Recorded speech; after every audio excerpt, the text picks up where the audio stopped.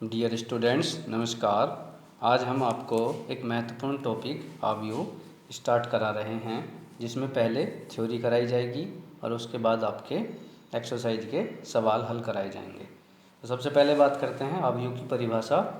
तो mn संख्याओं के एक निकाय को m पंक्तियों तथा n स्तंभों में आयताकार सारणी के रूप में व्यवस्थित करने को m क्रॉस n क्रम का अवयव कहते हैं।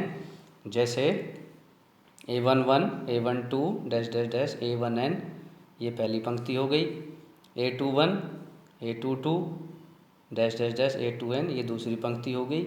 और भी पंक्तियाँ ली जा सकती हैं। और am1 am2 dash dash dash amn, ये इसकी mवीं पंक्ति हो गई। तब इसमें m तो पंक्ति हो गई।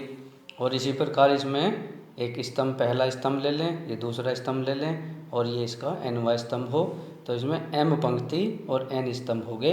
तो ये हमारा m क्रॉस n यानी कि m/n क्रम का अवयव बन गया। और बात कर सकते हैं एग्जाम्पल -3 4 6, ये इसकी पहली पंक्ति। और 2 1 और 4, ये इसकी दूसरी पंक्ति हो गई। और स्तंभ है इसमें 3, तो हम कह सकते हैं कि ये 2/3 का अवयव हो गया। अब करते हैं बात अवयव का क्रम। तो इसकी डेफिनेशन आपकी बनेगी, यदि अवयव में m पंक्ति व n स्तंभ हैं तो इसे m क्रॉस n क्रम का अवयव कहते हैं। ये हमारा जो ऊपर बना हुआ है, ये हमारा m क्रॉस n क्रम का ही अवयव है। और कोई एग्जाम्पल भी लेके देख सकते हैं, जैसे 2 3 -4, तो ये इसमें पहली पंक्ति। 1 -2 और 7, ये इसमें दूसरी पंक्ति। और स्तंभ इसमें 3 है, तो ये 2/3 का इसका क्रम हो गया। अब बात करते हैं अवयव का तत्व। a11 a12 dash dash dash amn, ये अवयव के तत्व होते हैं। इसका व्यापक तत्व aij कहा जाता है, जहां i पंक्ति को तथा j स्तंभ को निरूपित करता है।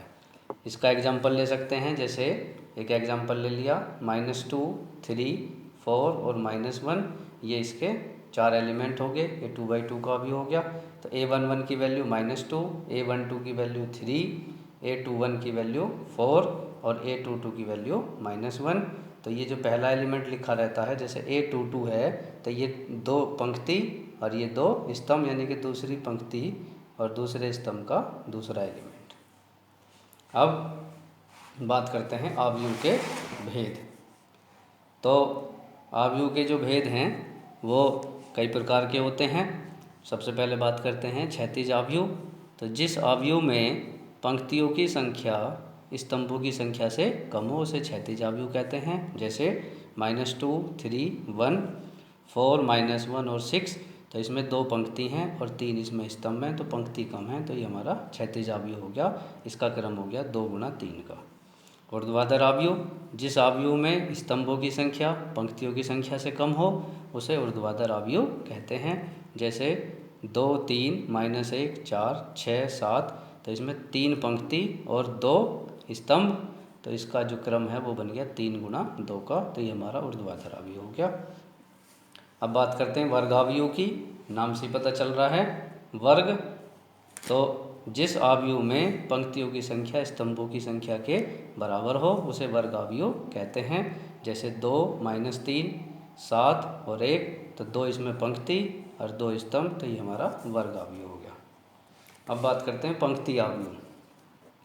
तो इसकी डेफिनेशन बनेगी, जिस अवयव में केवल एक पंक्ति हो उसे पंक्ति अवयव कहते हैं। जैसे -2 3 और 4, तो इसमें एक पंक्ति और 1 2 3, ये 3 स्तंभ हो गए, तो इसका क्रम हो गया 1 × 3 का।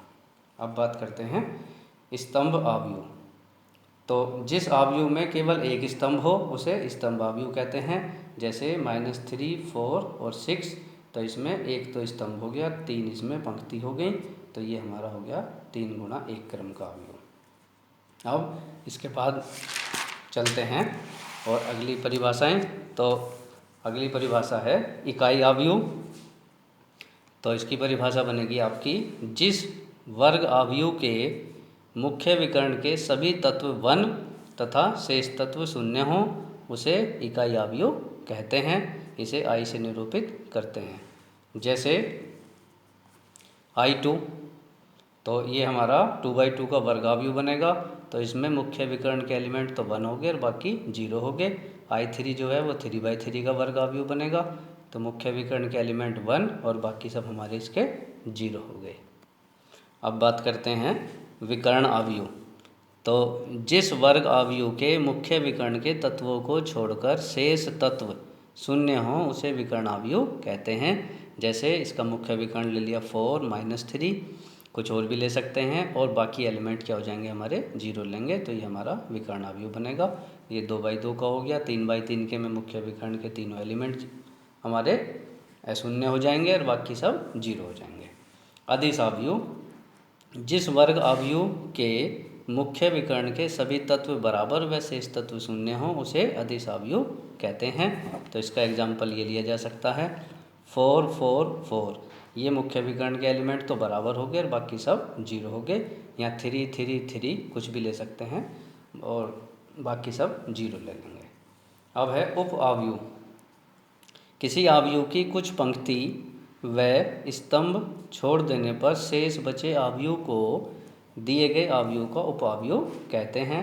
जैसे हमने एक एग्जांपल ले लिया -3 4 1 6 -2 4 3 5 और 6 के पहले स्तंभ को और पहली पंक्ति को छोड़ दें, तो ये जो हमारा आव्यूह बचेगा ये हमारा उपाव्यूह कहलाएगा। ये इसका उपाव्यूह हो गया।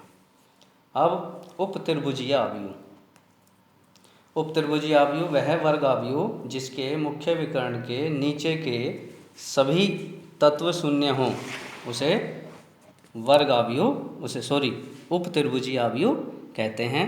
यदि वर्ग आव्यूह A बराबर AIJ, तब AIJ बराबर 0 I ग्रेटर देन J के लिए, तब हमारा इसका एग्जाम्पल बन जाएगा A बराबर, ये हमारा हो गया 2 - 3 4 0 6 1 0 0 5, तो ये मुख्य विकर्ण से नीचे के सारे एलिमेंट 0 हैं, तो ये हमारा बन गया उपत्रिभुजीय आव्यूह।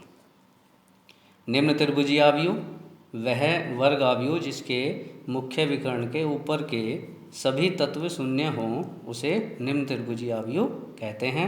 यदि वर्ग आव्यूह A बराबर AIJ, तब AIJ बराबर 0 I लेस देन J के लिए। इसका एग्जाम्पल ले सकते हैं A बराबर 2 0 0 1 3 0 -4 6 और 1, तो इसमें ये मुख्य विकर्ण हो गया, इससे ऊपर के एलिमेंट 0 हैं, तो ये हमारा निम्न त्रिभुजीय आव्यूह हो गया। अब बात करते हैं दो आव्यूह की समानता।